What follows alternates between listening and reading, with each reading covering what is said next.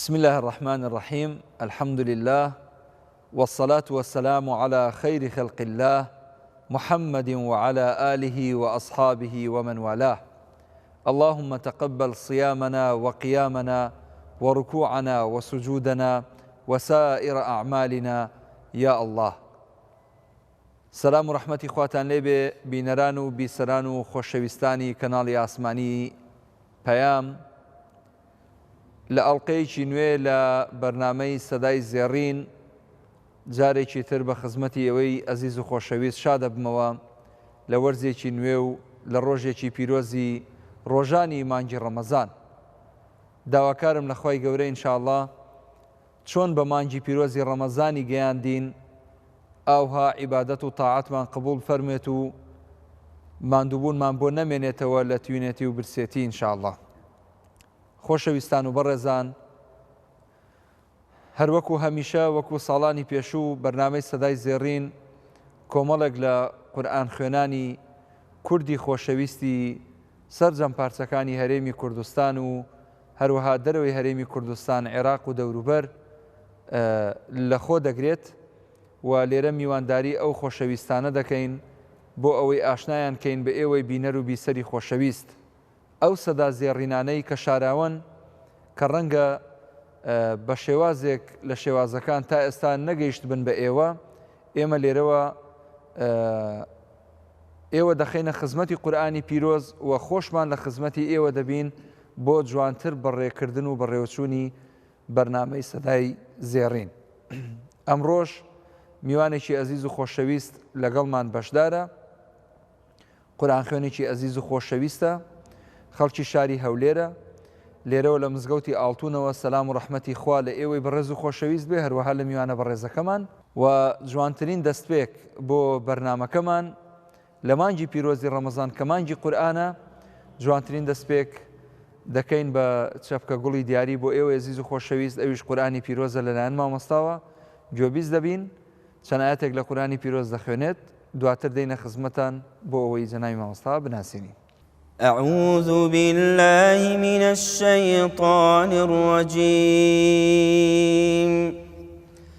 بسم الله الرحمن الرحيم.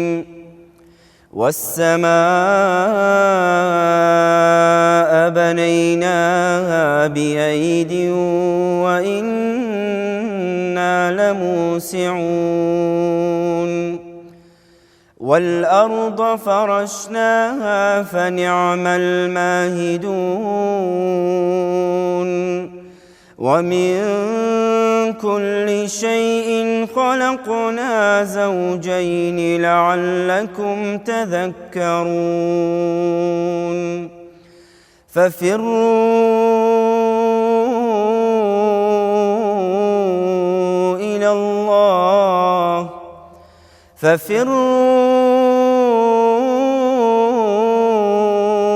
الله إني لكم منه نذير مبين. ولا تجعلوا مع الله إلها آخر إني لكم منه نذير مبين. كذلك ما أتى الذين من قبلهم من رسول إلا قالوا ساحر أو مجنون أتواصوا به بل هم قوم طاغون. فتول عنهم فما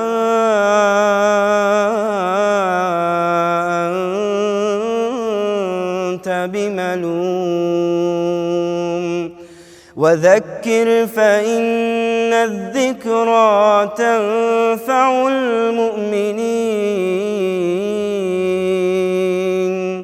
وما خلقت الجن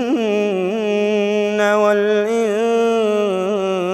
إلا ليعبدون. ما شاء الله تبارك الرحمن دەنگت نەرزێ زۆر بەخێر بێ مامۆستاگیان بۆ بەرنامەکەمان خوا پاداشت بداتەوە ئینشاءالله مامۆستا مستەفا ماشاءالله سەدایەکی زێڕین و مؤثرت هەیە بەڕاستی تەسیر لە دڵان دەکا بەڕاستی ئینشاءالله خوای گەورە بە نووری ئیمان و قورئان هەمیشە سەربەرزی دنیا و قیامەتت بکات مامۆستا مستەفا کێیە لە دایکبوویت شوێنێکە ساڵی چەنە و ئێستا چ کارەیە مستەفا فاڕق عوثمانم لە 21 چاری ساڵی 1986 هەر لە هەولێر لە دایک بووم الحەمدولله ئێستاش هەر لە هەولێرم و ئێستا کەشپیشەکەم مامۆستامە سپۆری زمانی ئینگلیزیمە لە 2009 تاکو ئێستاش بەردامین الحەمدولله الحەمدولله یا ڕەبی لەشە ساغ بێ زۆر زۆر بەخێر بێ بۆ بەرنامەی سەدای زێڕین هەم بۆ قبولکردنی ئەم داوەتەی ئێمەش مامۆستا لە ساڵی چەندەوە دەستت کردەوە بە قورئان خوێندن کەی هەستت کردووە خۆ ئەم بەهرە جوانەی پێبەخشیوی لە ساڵی 1997 لە 97 11 ساڵان بووی بەڵێ پێنجی ئیبتیدایی بووم لە هاوینەکەی ینی ئەو کاتی زیاتر عەبدولباست و ئەوانە هەبوون ینی وەکو ئێستا کە زۆر نەبوو قورئان خوێنەکان هەر تەقلیدی ئەوم دەکردەوە لە بانگدان و لە خوێندن و ئەو شتانە بانگم دەدا لە مارێ بانگم دەدا زۆر جار هەر لە بۆ پێکەنیش پێش مەلای مەغریب بانگدا ڕەحەتی نەفتی هەبوو قڵەکما هەبوو گەورە و لەسەر دەچوم لەسەر بانێک بەخۆم بانگم دەدا هەتا جیران هات و شکایەتیان گوت کاکە وەڵا چەند جار دەمانێت ڕۆژی بشێندرێنەوە مستەفای بانجیدا ئەوجاری ئیدی کە بەهرەکەم هەبە الحەمدولله ینی داکوبام هەستیان بە من کرد زۆر ئەمنی بردە مزگەوتی عومەر بن خەتاب بەڵێ لەوێندەر لە کن مامۆستا ڕەعەت لەوێندەر دەستم بە قورئان خوێندن کرد لە ساڵی 1997 لە 1999 ختمم کرد بە 2 ساڵ الحەمدولله لەوێندەر شتیپی سرودمان هەبیان هەر بەشداری سرودیشم دەکرد و سەرکۆ ئەوەی ینی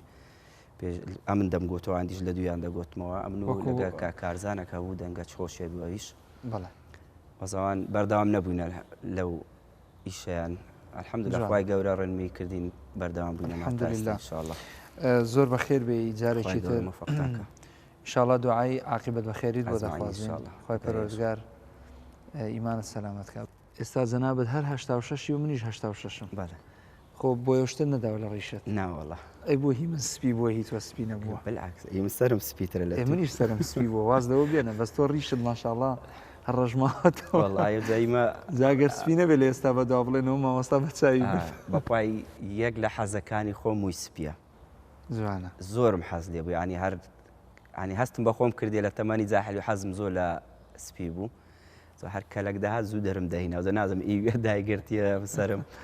ئەو مۆزوعەکە ئەرە وەڵڵا بەڵێ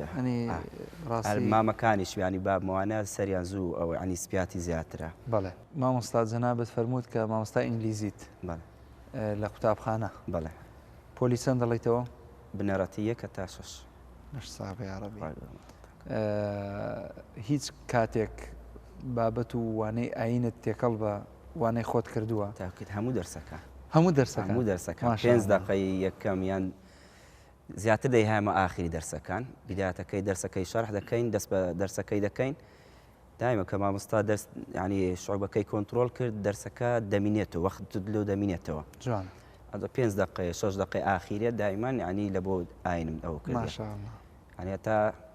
شکاتشمان زۆر لێکرا لەسەر شتێک لۆم دەرێت و مامۆستای ئاینی بە هەر بیکەن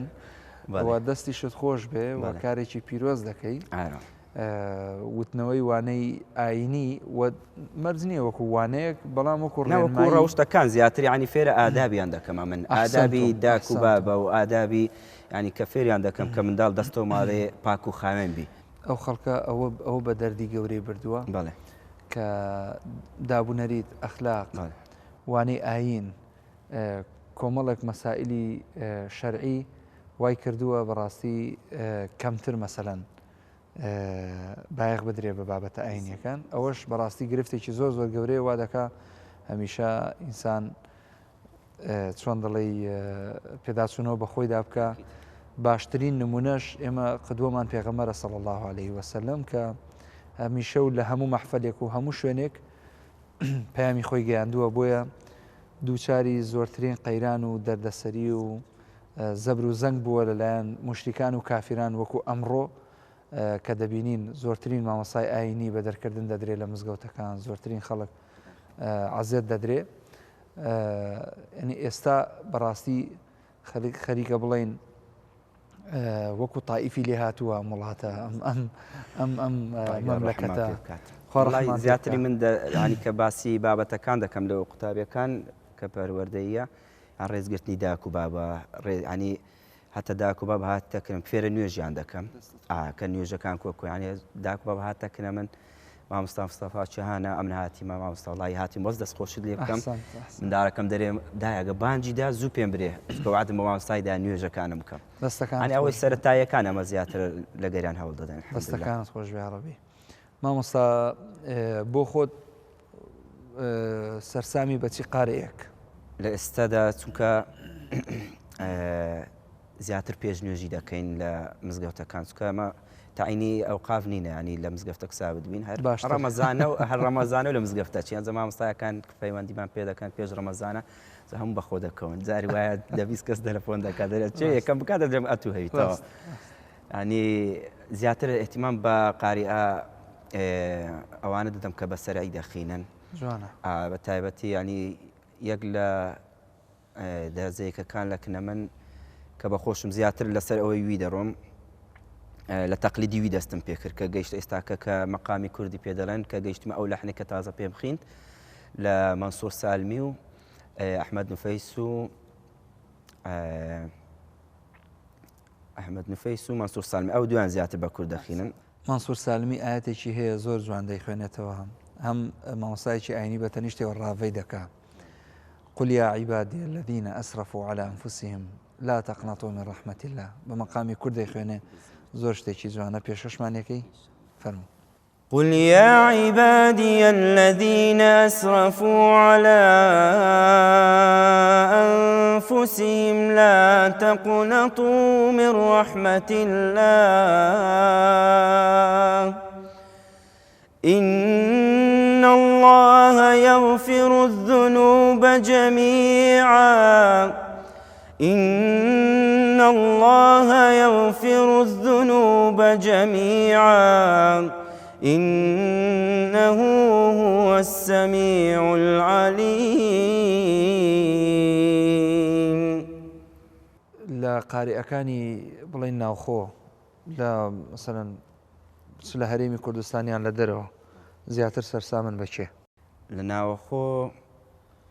بەڕاستی جۆ لە هەمووان دەگرم ینی هەر هەمووان چونکە هەر یەکە و قارەی ئەو کە جۆیان لێ دەگری نەوعا تامەچی هەیە ڕاستی هەر جۆم لە هەر هەمووان دەگرم چونکە لە بۆ قاری ئیش دائیمەن ئەو کەسەی ینی نسحەتیش بی لە بۆوانێک کە تازە دەست پێک دەکەن جۆ لە هەموو قاری ئەچی بگرن هەتا دەنجی خۆیان پێ چونکە تو کە لە یەکەچی هەندێک لەحنەچی وەردەگری لە یەکەچکە لەحنەچکە وەردەگری دەنجی خۆت دروست دەکەی ینی زۆر زۆر جۆ دەدەمە هەمووان ینی کە ئێستا مامۆستا ڕەعدا پێشە وایە و کاکی یوسف عوسمانە محەممەد سەید جەلال ینی ئەوانەی هەمووی کوردەکان جوان لێ دەگرم هەر ئەوەی بەدیار دەکەویتن هەتا ینی یارمەتی ئەو نوێیەکانیش دەدەین ئەمە چکە ستافە ئێستاگە مامۆستا سەردار ناسەر ینی ستافەکمان هەیە الحەمدوللا زۆر یارمەتی قورئان خوێنەکان دەدەین خاستن ئەوانەی ناو شارانی کە یان پەیوەندیمان پێوە دەکەن ئەم لە حالەتی لە کاتی مۆنتاژە و لە کاتی سەوت و ئەو شتانە دیزان یارمەتیان دەدەین زۆر زە تەلەفۆنم لۆ دێ ئەوانی کە تازەوە دە مامۆستا ئەو بە خۆت ئەوت کرێ کووت کرێ دەرم کاکە لە گەرم بە ئەو هادەکە ئەوە هەتا بەرنامەکانیش هەموو لۆ دادەنین الحەمدوللا دەستان خۆش بێ هیچ کات هەستان کردووە بە شێوازی عێراقییان میسری قورئان بخوێنن وڵای وەکو باسم کرد چونکە ئیشیمە ینی زیاتر ئەوە پیشەی کە پێش نوێژ دەکەم جۆ دەگرم بەڵام زیاتر ئەوانەی کە لە بۆ پێش نوێژ و ئانە زەروریە زیاتر جۆ لەوان دەگرم بەڵام عێراقیش ینی زیاتر جۆ لە مامۆستا فەرمان شوانی دەگرم کە بە عێراقی دەخوێنێت زۆر خۆش دەخوێن حەز کردووە تەقلیدیکەی هیچ بەخوای محاولەکەم کردی ینی دوسێ جار پێم خوێندێ گوتیان پێت نایە بە تەواوی خوا با گوێت لێ بگریم زانین لای ئێمە پێت دێ باشە ئینشاءالله. أعوذ بالله من الشيطان الرجيم بسم الله الرحمن الرحيم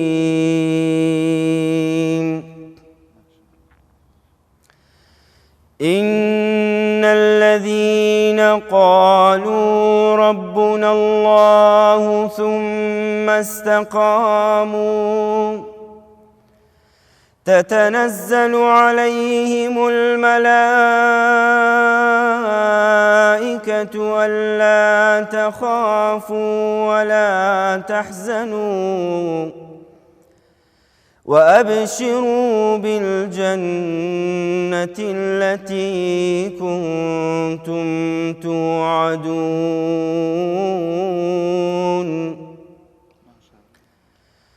نحن أولياؤكم في الحياة الدنيا وفي الآخرة ولكم فيها ما تشتهي أنفسكم ولكم فيها ما تدعون نزلا من غفور رحيم ومن أحسن قولا ممن دعا إلى الله وعمل صالحا ومن أحسن قولا ممن دعا إلى الله وعمل صالحا وقال إنني من المسلمين ولا تستوي الحسنة ولا السيئة ادفع بالتي هي أحسن فإذا الذي بينك وبينه عداوة كأنه ولي حميم وما يلقاها إلا الذين صبروا وما يلقاها إلا ذو حظ عظيم. ما مصطفى أو مقامة جزاك الله أو مقامة بياتها بله إذا تشجعي تايبتي هي مورجي كردواريشي بيوه بالضبط زيادة لا بنايني ومولودة كان يجدخان بالضبط أرى والله موفق ما مصطفى مامۆستا بانگت فەرمووە هیچ کات لە مزگەوت بالضبط لەو کاتی کە دەستم پێکرد لە 97 لە بانگدان بەردەوام هەتا ئێستاش الحەمدولله ماشاءالله. نمونەیەک لە بانگی خۆتمان پێشکەشکە زانین لە مزگەوت چۆن بانگ دەدەی لە ئەوەڵی تا ئەخیر. بیدایەتی بە عەبدولباست بانگم دەدا بەس ئێستا نەفەس و ئەو تیژاتی ئەو کاتم نمایە ماشاءالله ئێستا کە ینی هەر لە شەی لە سە مەقامی کورد بانگەکەم دروست کردی ئەوەی خۆم پێمان خۆشە گوێبیستی بین هەتا ئاخیری ئەرە وەڵڵا الله أكبر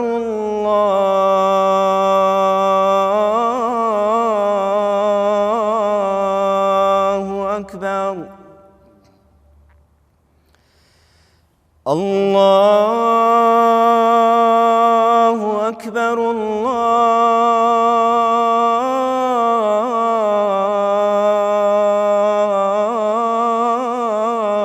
الله أكبر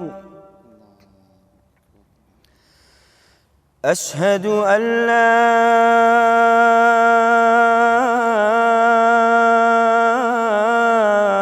إله إلا الله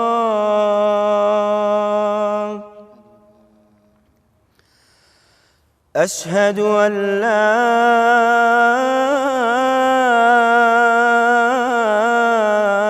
إله إلا الله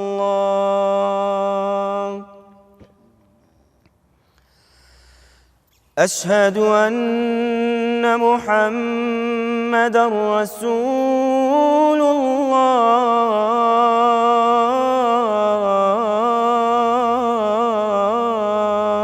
الله أشهد أن محمدا رسول الله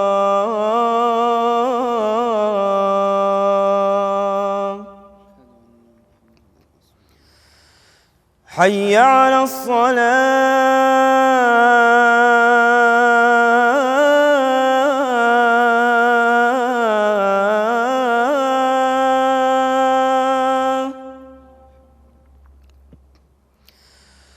حي على الصلاة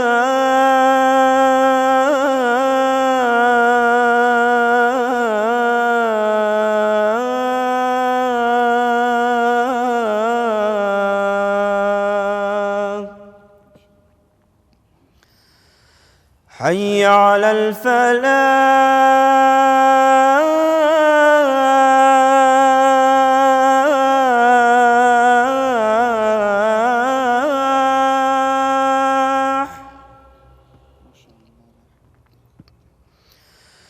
حي على الفلاح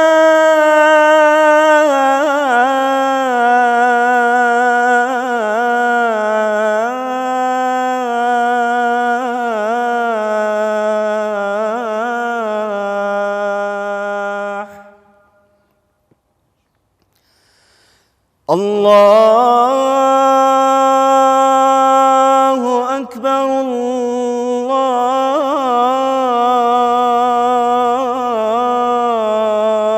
الله أكبر لا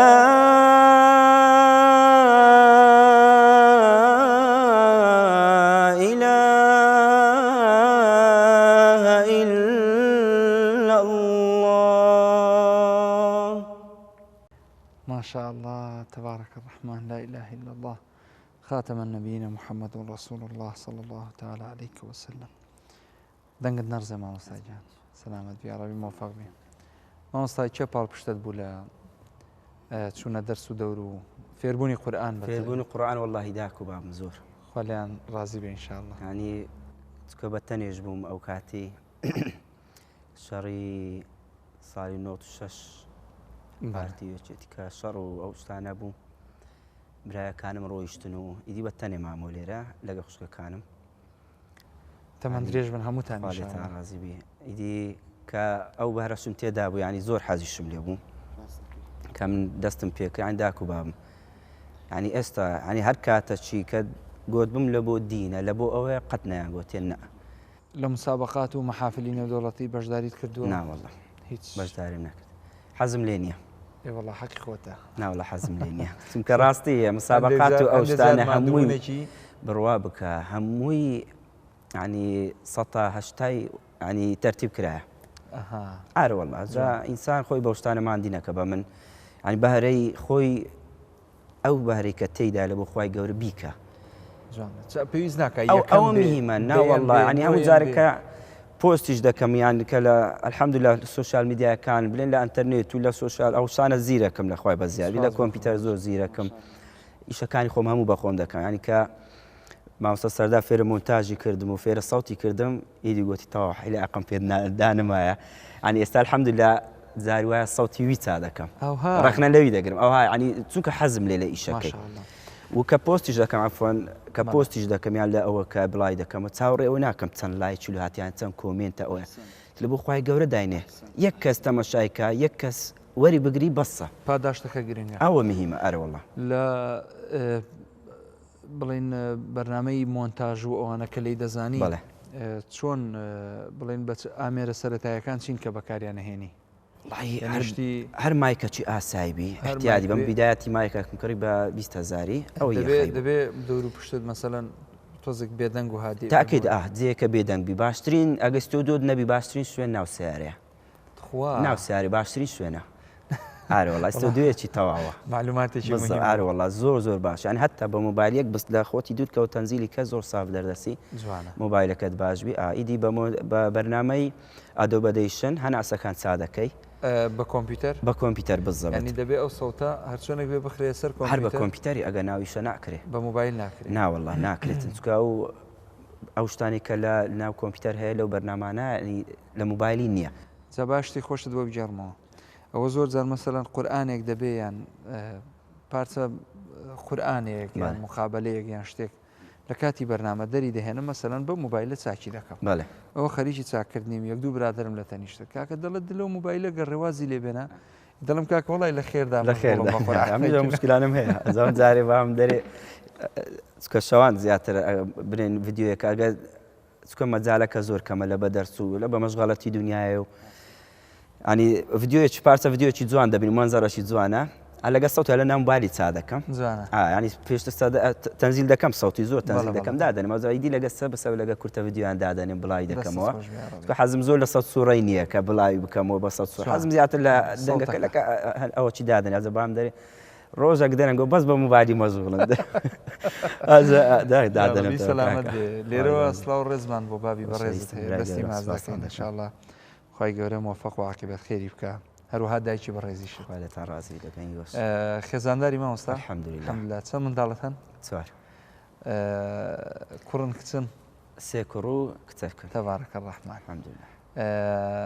فێری قورئان کردوون هەلەگە خۆم لە تەحفیزن سێ کوڕەکە ئەی ماشاءالله دویان جمک بوون یەکەمیان الحەمدولیلا محەممەد و موهەنەدن ئەوان ئێستا پۆلی شەشن ماشاءالله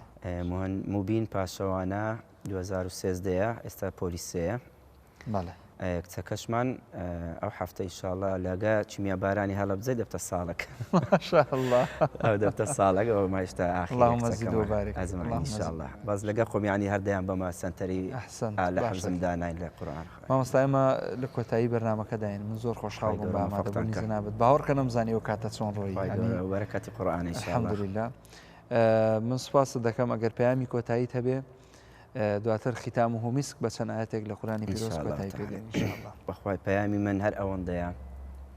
پەیامی تۆ بۆ پەیامی من لە بۆ پەیام و لە بۆ هەموو گەنجە چییە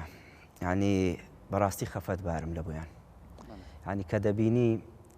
لە بۆ ڤیددیوەیەکی بێمەعنا ینی چەند شوێنی دەکاتن ینی ئەوەندەی کە لە بۆ قورئان تەرخان کە ینی ڕۆژێ یەک لاپەڕی لە بۆ قورئان دانی بە هەمووی 5 دقەت پێ دەچی واللهی لە گۆرانی دوور دەبی یعنی ئەمن کە ساڵی 97 دەستم پێکە تا 99 کە ختمم کە 2001 هەر یان لەگەر ئەوەی بووم ئیدی دوایە مزگەفتەکان دەرسی لێ نما ئەمە پەرت و بڵاو بووین واللهی لەگە مامۆستاکەمە پاسکری لە کۆڵانم دەسوڕاینەوە قورئانم لێ دەخوێند ئەو کاتی سوورەتی بەقەڕم لەبەر دەکرد ینی ئیدی پاشەوی ئەوەندە ژنما يعني ئێستا الحەمدە جەنابەت حافظی ناوەڵڵا ناوەڵ ئیدی ئەوزا لێم گەڕێتەوە هەتا 2016 لەو کاتی 2001 هەتا 2016 ئەمن عنی خۆم بزر کرد جوان وەکو گەنج سەر عنی بەس نوێژەکەم دەکە بەس بانگدان هەر بەردەوام بوو جمعە جەماوەستە زەمیل بە ڕەحمەت دێگە مستەفا جمعەم بانگ نەدا عنی ئەو جمعانی خوای خۆش بێ ئینشاءالله جێگەی بەهەشت هەر 2016 کە مامۆستا سەردارم ناسی ئیدی عنی زۆر ئەوەی کردمەوە لە بۆ تەشجیعی کردم لە بۆ شتەی دەستم پێکردووە الحەمدولله لەو کاتیەوە لە 2019 مامۆستا زەمیل بە ڕەحمەت بی جمعی هاتینە دەرێ زەوا دەستی من گرتبوو و لە مزگەفتە هاتینە دەرێ وتی مستەفا قورئانت هەموو لەبەر کرد ئەنیش هاتەم وتم ناوەڵە مامۆستا ئەوی لەبەریشم بوو لە بیرم چوویتەوە هاتۆن ئەمنی گرت گوتی کوشتی وا هەیە مستەفا چکەم لە 97ەوە ینی خزمین ینی ئەوەندە تێکەڵ بووین هەتا ینی داکەم شتی کولیسەی دروست کرد بە جێوی خصوصی بلو ینی ئەوەندە لەگەر یەک هاتو چومان زۆر بوو لەگەریان ینی لەگە منداڵەکان الحەمدولله زۆر لەگەریان تێکەڵ بووین ینی هەر ئەو ڕۆژیش کە وەفات کرد و ڕۆژی کە نووست بوون جمعە بوو نەهاتە وتاری هەینی مامۆستا ئوسامە لێ وتاریدا پاشی عەسرەکەی نیورانەکە وەفاتی کرد خوای گەورە لێی خۆش بی گوتی دووشەمێ دێت تەحفیزکە من ئەمش گوتم ئاخە پێم نەگوتی دەرێم وەرە گوتم ئەیدی لەگەویت دەستم بە حەفزی کرد ینی پاشەوی کەرەنتین بەسەر هات بەڵێ کەرەنتین بەسەردا هات و نەماخین دوو جوزئم لەبەر کرد و پاشەوی جزئی قەسەمی الله و تەبارەکە و عەمما لە ماڵێ بە کەرەنتین هەر بە خۆمان لەبەرمان کرد پاشی وەفاتی کردی دیکە چوینەوە لە کماوەستە حەمزە ئێستا بەردەوامی مەرحەلە سێنە لە ساڵی 5 جزئی لەبەر دەکەین ئەو ساڵە مەرحەلە سێمە ئینشاءالله موفق بن زۆر خۆشحاڵم ئیدی ختامەکەش بەوەی بینی ینی گەنجەکان بە هیممەت بکەن بەخوای ئەو ڕۆهەوە هەزار گەنجمان هەبوو هەزار حەسرەتی هەیە بەخوا هیچی لەگە خۆی نابە بەخوا هەر ئەوەش بەکارگدێتن کە قسەی خێرت کردبی ینی قسەی خێربی هەموو تیکتۆکی بەکاردەین مۆبایلی بەکار هەر شتێکی بەکاردەین وەسایلەکی بەکار قسەی خێر بکە بەتاکید پێغەمبەر صلی الله علیه و سلم دەفەرمێ لە ینی یەک ئاەتیش بوو بگەینە شەرمێ مەکە ئەمە مشکلەکەیم ئەوە شەرمە شەرم دەکەین لە گەیاندنی ینی هەتا قەشمەریشمان پێ بکریان ئەوە چش بێ هەتا بەو ماوەی ئاخیر کە تیکتۆکم دانا یەک دوو ئەم ینی ئەوەی چۆنێتی دەستنووش سەرەتاییەکانم بڵاو کردەوە نووسی ئاتوش تازە نوێ پەیدا بووی ئاتیش ئەوەیە جۆ نادەمەوە قەناعەتم وایە هەر تۆڕێک هاتە نێو کۆمەڵگا دەبێ ئێمە پێش هەموو کەسێک بەکاری بهێنین لەبەرەوەی گەیاندنی ئەو پەیامە ئەرچی سەرشانی ئێمە دەڵێم ینی هەموو بە پێیان دەڵێم ڕێگە خۆش نەکەین بۆ خەڵکی تر بەڕاستی بڵاوکە و تاری هە بە خۆش ناکە خەڵکی بڵاوکەم ڕاستامان زۆر الحەمدولله خی گەورە خێرتان زۆر سپاس بۆ زەناوی گەورەتان ڕازیبی بینەرانی بەڕێز و خۆشەویست هاتینە کۆتایی ئەڵقەی ئەم زارەی سەدای زارین بە چەنایەتێک لە قورآنی پیرۆز ماڵاوایی یەکەین خواتان لەگەڵ لله ما في السماوات وما في الأرض وإن تبدوا ما في أنفسكم أو تخفوه يحاسبكم به الله فيغفر لمن يشاء ويعذب من يشاء والله على كل شيء قدير آمن الرسول بما أنزل إليه من ربه والمؤمنون كل آمن بالله وملائكته وكتبه ورسله لا نفرق بين أحد من رسله وقالوا سمعنا وأطعنا غفرانك ربنا وإليك المصير لا يكلف الله نفسا إلا وسعها لها ما كسبت وعليها ما اكتسبت ربنا لا تؤاخذنا إن نسينا أو أخطأنا ربنا ولا تحمل علينا إصرا كما حملته على الذين من قبلنا ربنا ولا تحملنا ما لا طاقة لنا به واعف عنا واغفر لنا وارحمنا أنت مولانا فانصرنا على القوم الكافرين